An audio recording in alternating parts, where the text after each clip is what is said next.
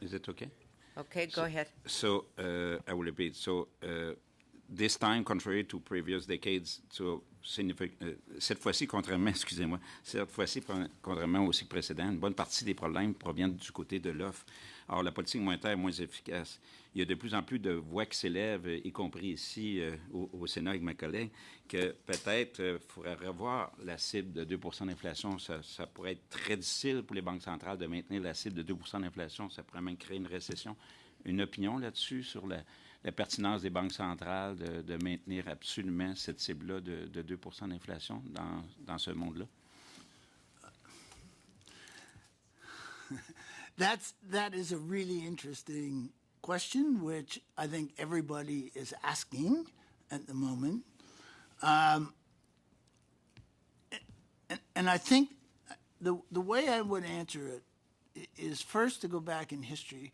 We ended where we are at 2%, having gone through a period where we had disinflation targets, right? And we worked through that, and we kind of ended at the end of that period in 1990 with 2%, and that's sort of where we stuck.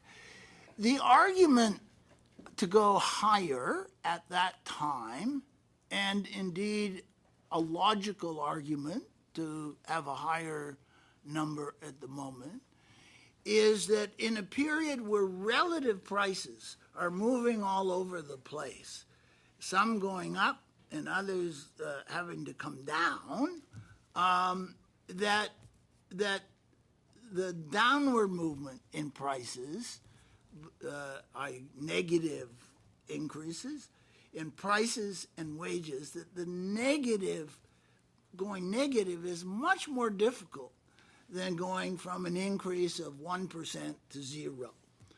And so the argument is that since there is asymmetry in the way that markets adjust, that you really need a bit higher rate, target rate, in order to facilitate adjustment whilst where some sectors prices don't move down as much as they need to offset those that need to go up. So that is the logical argument for a higher number. There's no particular higher number that you can pick that will do that, but that is the argument for a higher number. I would argue that we have now 20 years of experience where, in fact, downward movement in prices has proven to be quite possible, more possible than we might have imagined in 1990 when we were starting this.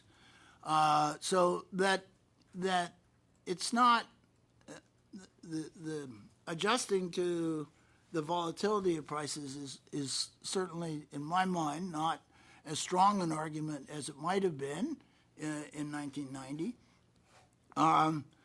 So that's number one. But number two, I think we have really benefited from the certainty of that prices would more or less be in the 1 to 3% range, focusing on 2% now for 30 years. And that is a piece of public capital that is incredibly valuable. And that if you lose that piece of public capital, if people then become uncertain as to where things are going to rest, whether it's in labor negotiations, whether it's in negotiations between suppliers and vendors, then we have an economy that just doesn't function as well. The market economy doesn't function as well.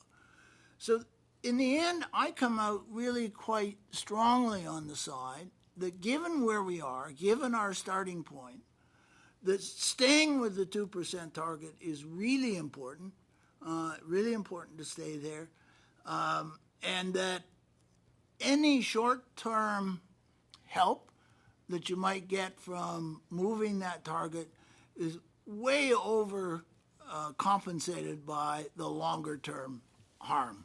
Okay, so a short follow-up, quick and we'll try and supplementary, keep very questions quick. and So in answers plain tighter. English, Yeah, we maintain thanks. that. We understand. Thank you for that. In such environment, what will be the role of public fiscal policy? Do you favor to have anchors, budget anchors? Because a few years ago, whatever Liberals and Conservative have anchors, debt to GDP ratio target. Now they have no longer target. Do you favor that? And is it helpful for monetary policy to have a fiscal policy with anchors? Well, absolutely. Absolutely, that is true. What precisely the anchor should be is always a bit debatable. What do you suggest?